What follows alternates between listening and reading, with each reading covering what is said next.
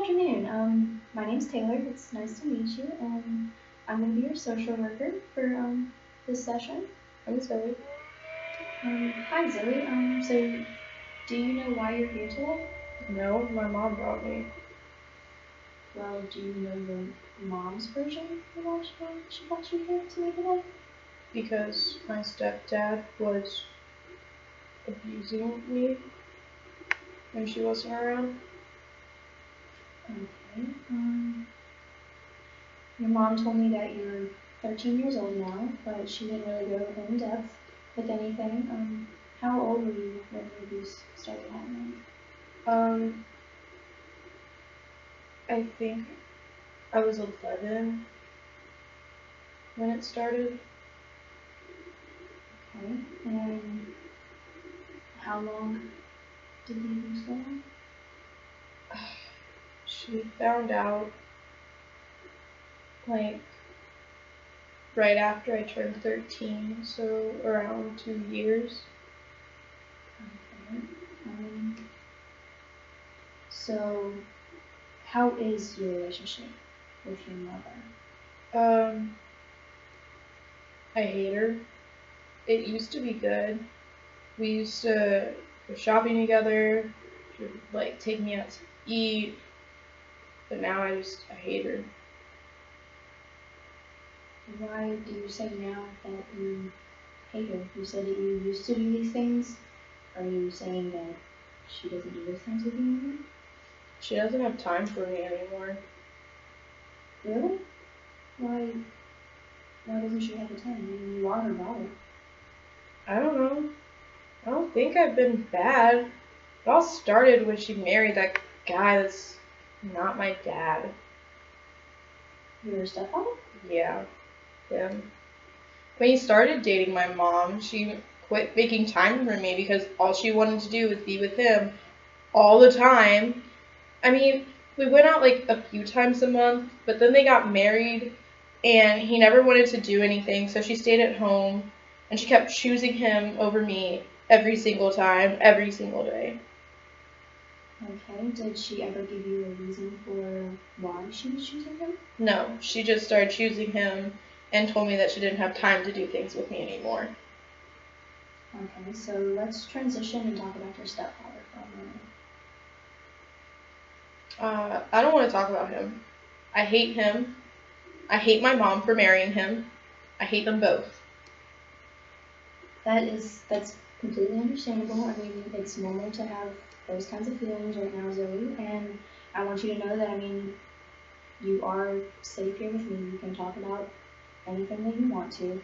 I mean, everything between us is confidential, and I am here to help you.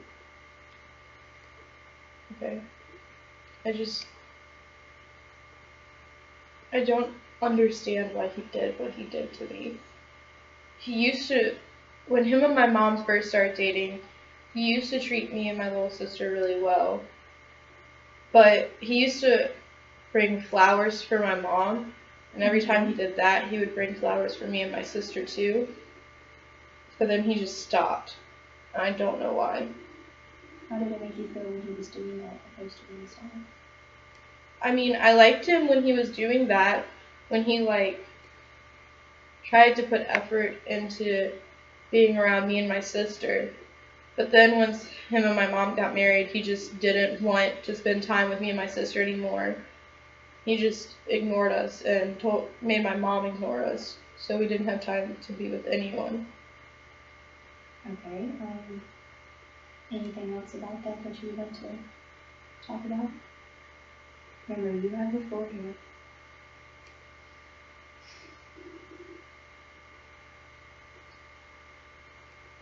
There was one night after he stopped paying attention to us when it started, and he came into my room and he started.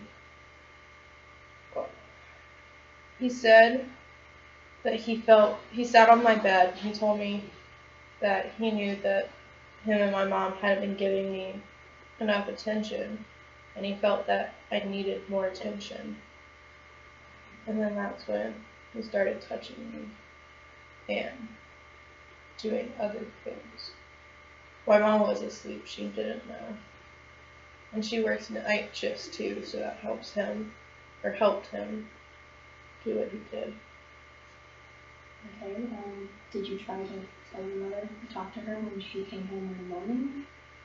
Or I tried. I tried, my sister tried, we tried. She wouldn't listen to us. Every time I started talking about him, all she could say was how great and amazing of a person she is. We tried to tell her. She didn't listen. She wouldn't listen to either of us. She just thought we were joking and, like, get mad and tell us it wasn't something that we should ever joke about. But we weren't lying. She accused us of lying. did your stepfather try to keep him from saying anything? Did he even know that you were attempting?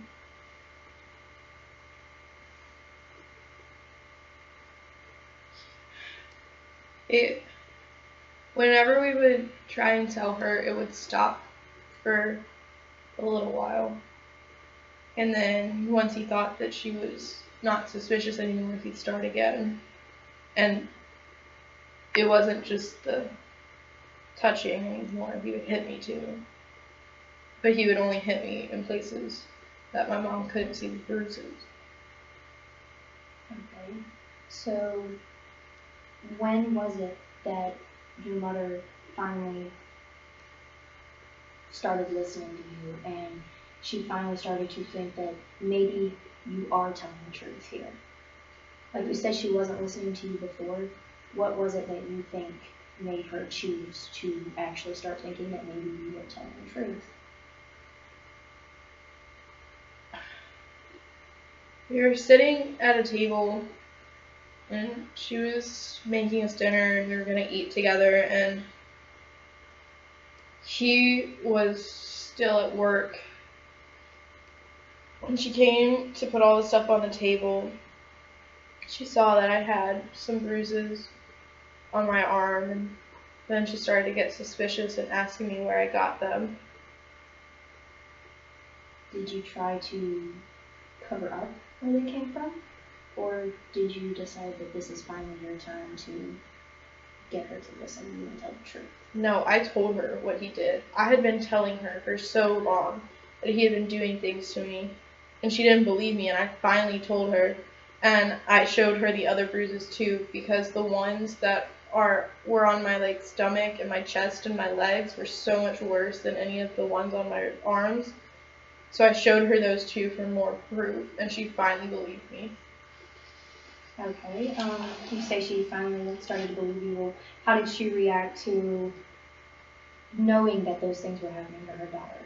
She cried. She drove us to my grandma's house to get away from him, but she could have stopped it. It had been going on for so long, and I'd been trying to tell her I hate her. I tried telling her what was happening, and she refused to believe me.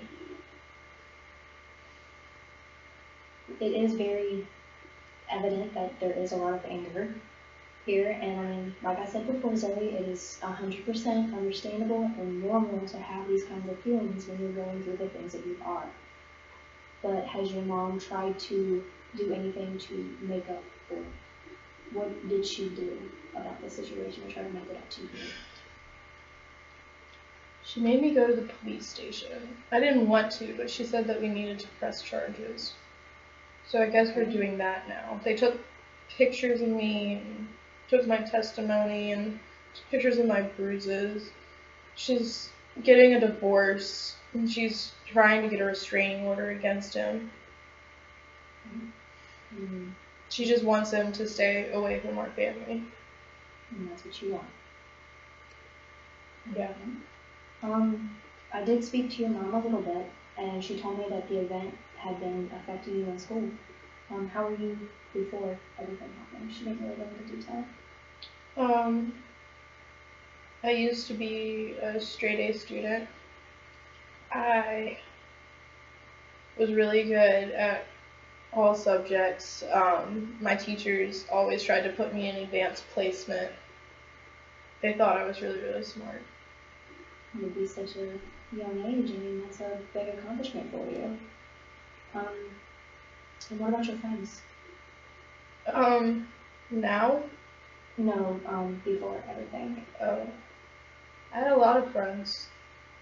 I was friends with everyone. I tried to be at least. I had a good amount of really close friends. Okay, and then the years that things were going on, were you, like, how did you change when everything was going on? Or did you just try to cover it up and try to act as if nothing was going I didn't want anyone in the school to find out. That's why I didn't want my mom to go to the police. Because even though they can't say my name, people still knew he was my stepdad. So they still know that he was abusing someone my age. So all of them know that it's me, my teachers, my friends, well, people who were my friends. And they all look at me differently and they treat me differently. I didn't want anyone to know. That's why I told my mom not to go to the police about it. on? Okay, and now, since things have kind of came out, are you getting better in your classes, or are you still struggling? Can't focus. All of my grades are dropping. My teachers know what's going on now thanks to the newspapers, but I can't focus on anything. I can't. And you were saying, your friends, that they treat you different, so they haven't tried to be there for you? They don't know how to be around me. They don't want to try to be around me because they think I'm sad and depressing. Okay. Well, I have a little questionnaire that I want to go through with you, and this is kind of, I'm sure you've heard of what PTSD is. You know, a lot of it is with people in the military, but it does happen in everyday civilians too, post-traumatic stress disorder. And with any major event that has happened, then you are suffering from PTSD, but this scale will help us to determine just how much and what we can do about it. Mm-hmm. Okay, the scale is it's a scale from 0 to 3. 0 being not at all or only at one time. 1 is once a week or less, or once in a while. 2 is 2 to 4 times a week. And 3 is 5 or more times a week, or almost always. Are you good? Okay. Okay, so from 0 to 3, how often do you report having upsetting thoughts or images about the event that came into your head when you didn't want them to? 3. 3. Okay. How often are you having bad dreams or nightmares about the event? 2. Did they used to be worse, or would you say that it's always been around a 2? They've never. Well, when it was happening, I had nightmares every night. But since he's been going to jail and we got a restraining order and he's not in the house anymore, it's 2. Okay. All right. How many times do you report having trouble falling or staying asleep? 3. Mm-hmm. He would come into my bedroom at night. Every night? Or My mom, how our house worked, he would come home around 6, and then my mom would leave for her job around 9. So my mom wouldn't be at home. What about your younger sister? She never had to. He was only interested in me. Was your sister around? Or did he make sure that she was gone as well? He made sure that she was asleep. She's 7. She goes to sleep really early and she sleeps through the night. She doesn't have.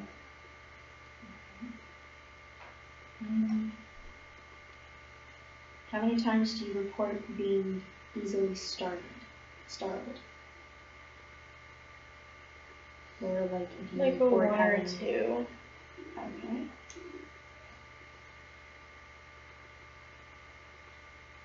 And here's one that, I mean, it might bring back some memories for you, but if you need to think about it or if you need a moment just to kind of gather your thoughts with it, how many times do you report having feelings in your body when you think about or hear about the event? Does break out in sweat, heart racing, or any of the That's feelings? like a 2. Okay.